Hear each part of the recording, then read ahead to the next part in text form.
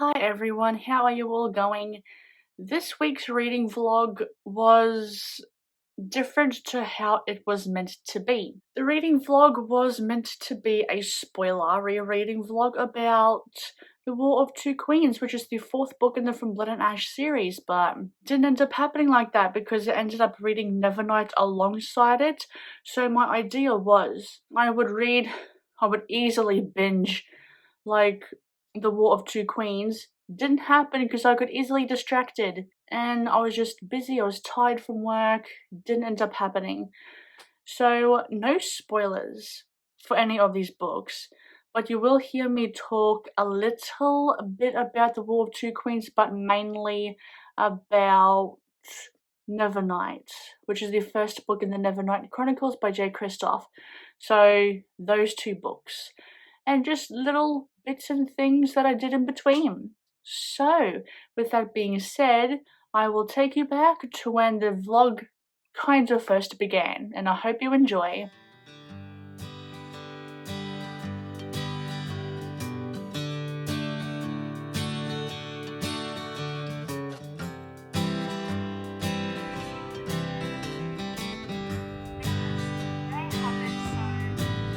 Hello, it is now March 23. Yes, March 23. Is there? Do you need some light so you can see me? Or is that better? A little. Oh, my arms are going to be sore. Anyway, it's going to be a quick update. Just letting you know, I did not get any reading done because I should have had The War of Two Queens finished by now. I have today and tomorrow off. Look, I have to bust this book out. I really do. I've just been distracted, tired, I've been busy as well, so just have not had time at all. I've told myself at night that I would watch 2 videos, go to bed and read, and I was very prepared to do that. But there was one night that Friends was on TV and I had to watch it. So I won't tell you, I have read like a good 70 pages. It is a quick read for me, The War of Two Queens. I'm very familiar with the world, with the characters. I don't want to say too much now because I haven't read enough. I got some things I want to do today. It will be read. And I want to start another book today, which is Nevernight by Jay Kristoff. I'm not going to be able to get to the Invisible Life of Addie LaRue. I'm not going to get a chance to get to that, unfortunately, because I would have. Okay, sorry, I had to put that down because my phone was slipping. No, can I open it now? Oh, it doesn't matter, does it? Anyway, Monday, the other night, I dropped a chicken. You see how that kind of thing always happens on a Monday to me? It doesn't always, but it just did on a Monday. I just literally dropped the chicken as I was taking it out of the oven to put it in the bag. I was like, what the fuck? I just dropped everything, walked away. I was like, I'm not dealing with this shit right now. But I ended up dealing with it, so our shelves in the prep room, in the fridge in the prep room is all stocked now.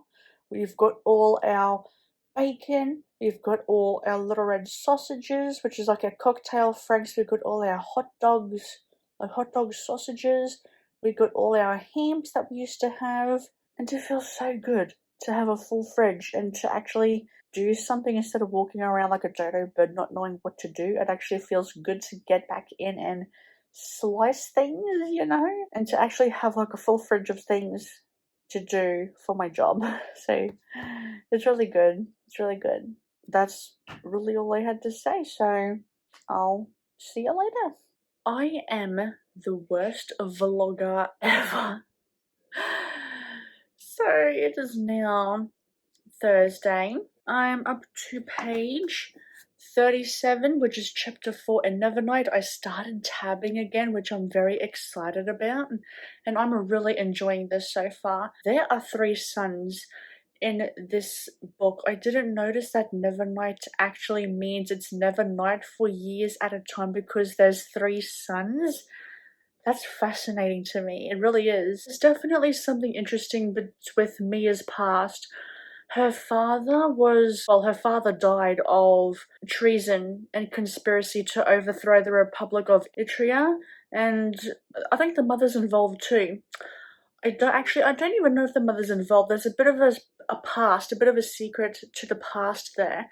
And also with Mia, there's a secret with Mia's past. and I don't know what it is yet. It is very interesting so far. I can't say too much about it because I'm still getting to terms, getting to grips with everything, but I am enjoying it.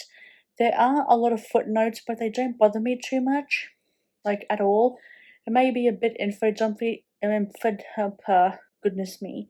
It may be info dumpy to some people, but I actually don't mind it at all. And that is all I have to say so far. For now, I mean. I will be going into my room now to read The War of Two Queens because that book should have been done ages ago, and then I would have read this one and then The Invisible Life of Addie LaRue. But The Invisible Life of Addie LaRue is not going to happen this month, unfortunately. I've just been so distracted this month, it's ridiculous, but I'm hoping to get this one and The War of Two Queens done by next week. That would be really good. That would help a lot because I have a lot of reading to do next month. So that is all for now that I have to say. I'm really enjoying it. There's this mysterious past about Mia that is really intriguing me, and I want to know why the father I want to know why Mia's father wanted to create this revolution in Italia. So I guess I'm going to know that the more I read, and there does seem to be like a bigger plot because like the back of the book doesn't tell you much. Well, it does, but I like the Goodreads one a bit better. I like the Goodreads description of what the book is going to be, or the synopsis for what the book is. I like it a little bit more than this one. I don't know. I don't know what the plot is. I don't know what is going to happen. There is this kind of fantasy element. I want to know what it is about Mia that she can conjure up shadows or she can pull in the shadows around her. I'm interested about that too. But she's a Darkin. So what the heck is a Darkin? We didn't get footnotes for that, did we? So there is this mystery surrounding it. Ooh, and there's like an unreliable narrator alongside us following Mia's journey. There's an unreliable narrator. I wonder if it's the cat or maybe not. I don't know. And I'm gonna go now into my room and read The War of Two Queens because that book really has been on my mind. And I've just been distracted. Like, I was so prepared and ready to read it. I've just been distracted a lot. And this reading slump is still kicking my ass a bit, but I'm just distracted. I can't concentrate properly. I've got a lot of things rattling around in my head, so I'm gonna try and quiet my mind and read. I will be back with another update, so I will see you in a little bit. Okay, so some things about The War of Two Queens. Like, this is an addictive book and I should be able to get it done pretty quickly. Now that I'm actually sitting and reading, I'm actually feeling pretty good about it. Not that I felt bad about it before, I'm really not. I'm just scared of what's gonna happen. Like, I know bad things are gonna happen. I know it's gonna take a while for Castile to come back to us. And to come back to Poppy and all that kind of stuff. And Kieran as well. I also heard that a lot of people were not happy with how the relationship between Poppy and Kieran and Castile went. And I kind of spoiled myself for it like a stupid, dumb idiot I am. And so I know I have a bit of a feeling of what's gonna happen. Like I have an idea of what's gonna happen, or at least know what's gonna happen. I'm gonna talk about that in my wrap up though, because I feel like it needs it. So yeah, that's all I had to say about that. I just had to get that off my mind, but I can't even say if I'm enjoying it because it is a longer book and I only just basically started it, and that was like last week I started it. I should have had this finished in like about a week, maybe even less, because I know I finished the other books 1 to 3 in like under a week. It's very addictive, it's very quick. Like the read of it, like the reading pace for me is like very quick and addictive, and I can get it done pretty quickly. So I'm gonna stop talking and actually get reading.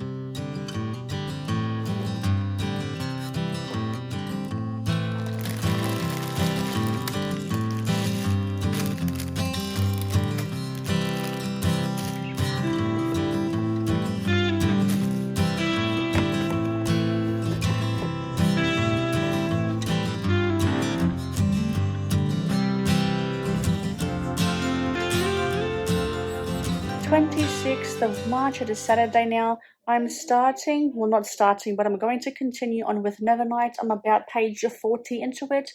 I want to get to page 100 or close to 100 before I do or continue on with my Legos. I'm wondering if Mia has some sort of magic about her because she can like control shadows, or the shadows just really love her. And her cat died, so trigger warnings for animal death or animal abuse. I don't know. I wonder if Mia was really not their daughter, and I wonder why the father is a traitor to the Republic of Itria. And there's something to do with her because the guy, like one of the big like high official guys, one of the political guys, I'm assuming, said that she was like born in the gutter. So I'm wondering if she was an orphan or something like that. I don't know. I have no clue at all. Maybe she was, or maybe she is their daughter by birth. I'm going to continue reading. When I get to close to around the page 100, I will give you another update. Look, I have gotten nowhere near page 100, but I want to do my Legos. If I can do my Legos and finish it off tonight, tomorrow, I can make time to finish and focus on Nevernight. I may have been wrong with Mia being an orphan. It does seem like she was, it does seem like her parents that we read about in the book are her actual birth parents. So that was my mistake. I thought it was something else, but it wasn't. It just seemed like it, that's all, because there's this mystery around Mia. So I don't know. That's why I said she may be an orphan, because of this mystery surrounding her, and just because of some books I've read where the people that this character thought that, like a character that I read in a previous book thought that, oh, these are my parents. No, they're not your parents. Your parents are this people, but because of your abilities, we needed to keep you safe and all that kind of stuff. You know what I mean? So yeah, I made a mistake with that, and it seems like her father was in politics of some sort. He was like a justicus. I'm assuming he was a person to bring about justice or whatever. I'm not entirely sure. But I'm very curious to see where the rebellion, because her father was staging a rebellion, and what the rebellion was for and why they were doing it. She was born into privilege, I guess you could say, Mia. She was born in royalty. Is it royalty? I don't think it is royalty, but she was born in privilege, I guess you could say. Her father working as a high official in the Republic of Itria, with him being a justicus, and just that betrayal and everything is just, oh damn, it's good. Not too much has happened. There's a new character called Trick. We're getting to see the beginnings of how Mia was able to, oh my gosh, words are failing me today. Like how she was able to control the shadows, I guess you could say. It is good, I am liking it. When I'm reading it during the day, I'm just a very slow reader, and it sucks. Anyway, I'm gonna finish off my Legos, and I will be back tonight with another update when I have at least read something, so I'll see you later with another update. It is now Sunday, and I have finished my Legos. Oh, sorry, that was very up close. I'm sorry. I'll show you now. You got Statue of Liberty, then you got the Empire State, then you got the Chrysler, that's the Flatiron, and this is the One World Trade Center. Look at it. Look how beautiful it is. And there's the back of the box, so you know what it is. And yeah, if I didn't have work, I would have had it done in one day because it's so simple. I'm gonna read now before I go to work, so we'll get right onto it. I have just made it to just before the 100 page mark. Let me flip it around. Oh my goodness. And Nevernight, and they can see all my tabs. That's just like for like world building, if I want to remember any like character sort of things and stuff like that. So yes, they have reached the Red Church. Mia and Trick. It was a journey to get there. They had to like defeat these like Saint Krakens and stuff like that. I really am enjoying it. It's really good. I'm hoping it'll kick off a little bit from now, because there seems to be a bit more of a plot. Yeah, a murder cult, which is the Red Church. And there has to be some sort of plot to it. I know she wants to take vengeance. Kind of think of like Arya Stark in the Game of Thrones series, like she wants to take revenge on the people that have done her wrong, done her and her family wrong. And yeah, it's good. I am really enjoying it. There are a lot of footnotes in here. Footnotes don't bother me, but because I am on a very big time crunch, I'm going to have to skip those. Normally, I would try to read them because I want to get as much world and as much lore as I can possibly get in a book that does have footnotes, but it's kind of making me take a little bit longer than it should to read. Now, I have said I am a slower reader in the day. It's too many distractions, you know. If I just quickly skim through the like the footnotes, if I just quickly skim through those and see if it's worth reading, I will read it. Only if it's worth it.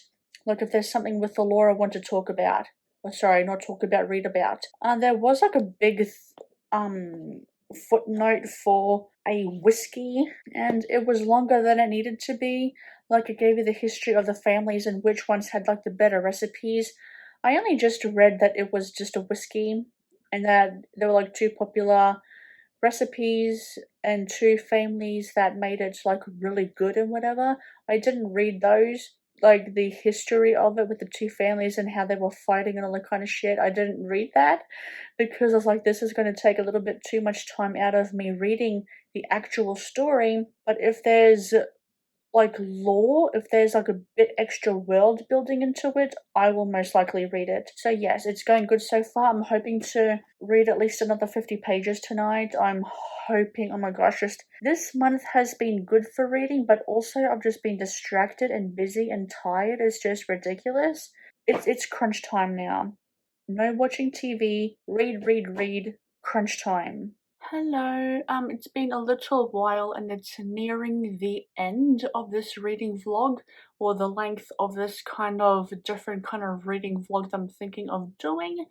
Reading has just been terrible. This month has just been a month full of distractions for me. And I had to postpone The War of Two Queens for a little while. I am enjoying it, I'm just way too distracted. And when I pick it up, I just can't focus. And that's the same for Nevernight as well. I am still reading Nevernight. I am still quite enjoying it, actually. I really am. There is change going on in my life right now, and I think that is still contributing to this reading slump because it is still happening. But it's good that I'm starting to feel some sort of emotions now. Or maybe my reading taste is just changing again. I don't know. I haven't gotten that far into it that to say too much. I will still give like a bit of a wrap up about it, but I won't actually reread it again, I guess you could say, properly until May, because I do have plans for April. The Blood Queen is an absolute ruthless bitch in both books. There have been things that have happened, and I'm just like, there's no way that happened. There is no way that the thing that happened. It happened. Like, it's quite shocking. Like, I'm liking how the War of Two Queens is a little bit more political. Like, we are starting to get some sort of politics, even though I don't entirely understand or know what the deal is that Poppy wants with these other kingdoms. It's not really entirely known to us yet, and I don't know if we will get to see that. Like, I was still like around the 100-page mark, so I don't really entirely 100% know. And so maybe we will eventually see it. And yeah, like, there was the one thing about the Crown of Gilded Bones was that I wanted a little bit more politics, because Poppy ended up meeting Castile's mother. It was a shame that.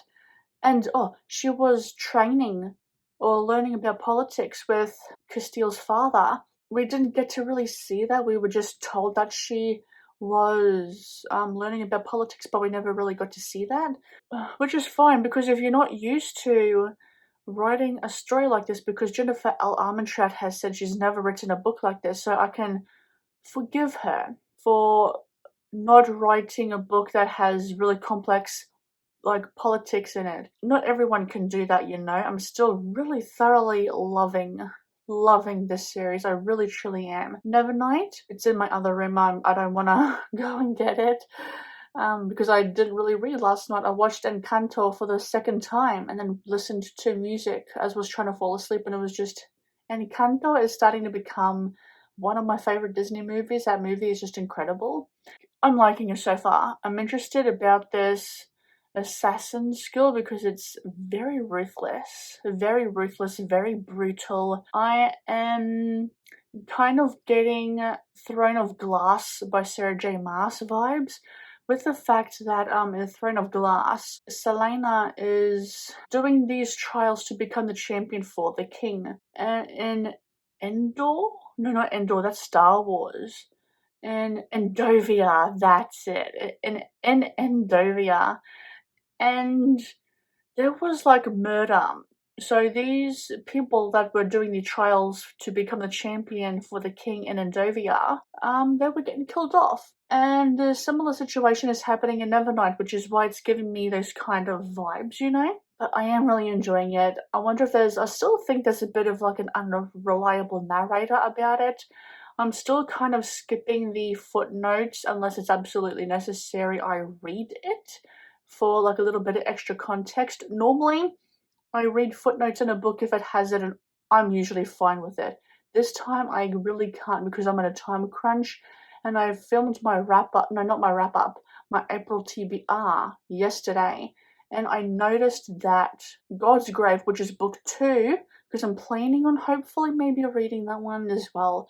But that one has footnotes in it as well. Not as much as this one. It has footnotes, and I'm hoping I'm hoping I'll be able to read those as well. I'm just reading so slow too. I'm reading pretty slowly, but hopefully in the next reading vlog that I do, I will get my shit together. That's the goal for the next month's reading vlog, to get my shit together. Okay, I feel like I should give you a little bit of an update. I have done some reading, not enough to give you some of my thoughts about it, but I have done some reading. I ended up going to see Morbius today. It's not a good movie. I'm no expert, but oh my gosh, never have I ever wanted a movie to hurry up and finish as soon as it started than I have with Morbius. I think the acting was good. I really do. I think the acting was good. Just the story? No, it's trying to rush to try and build a franchise like Marvel have done because is it produced? It was made by Sony anyway, the company Sony. And I feel like they're trying to rush it. I feel like they're trying to rush a franchise too quickly, whereas Marvel took their time with it. This one was a bit too rushed. It was like, ooh, we have the foundations for it, let's rush it and make it into something big. Yeah, it's no, I didn't like it at all.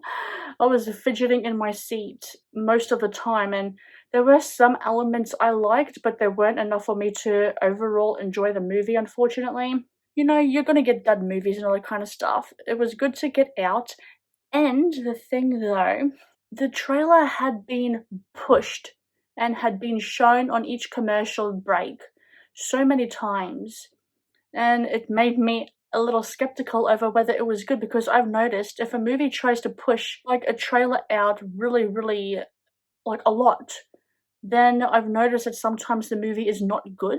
That's just what I've noticed. The trailer is a little bit misleading to what it actually is. And yeah, that's all I really had to say. It was just about that. I'm going to continue reading. I'm hoping to get a page 300 tonight. I'll probably end up finishing Nevernight. It's in the other room. I'll probably, for goodness sake, that's a difficult word to say, I will most likely end up finishing it tomorrow. I really don't want to read it Saturday. Tomorrow, fingers crossed. I don't know how Friday is going to go, but fingers crossed. Okay, it is time for me to end this reading vlog now because it is getting a little later. I'm about nearly the halfway point in Nevernight, and I'm really enjoying it still. It's really fascinating. Like they test these students, they test their loyalty, they test their knowledge on things that they should have some sort of knowledge about, because they have had basic training before when they were with their Shahid, with a Shahid. So they have had people prior to kind of prep them to come into the Red Church. which is the school for assassins in Nevernight, I'm still getting this feeling that there is some sort of conspiracy underneath it, especially with Scaver, because he's like the main political fella, the Scaver fella, and I just feel like there's like a deeper conspiracy with him and to do with Mia's father. So I'm very curious to see how that's all going to come about. I was hoping to finish this tomorrow. It's not going to happen. It might even be Saturday. I don't even know. But you will see this book, the next reading vlog I do, which I will start off tomorrow. So you will see me still continue to read this as well. Maybe not for long, but you'll still see it. So with that, I will leave you be. And thank you for watching. I will see you in the next video. Goodbye.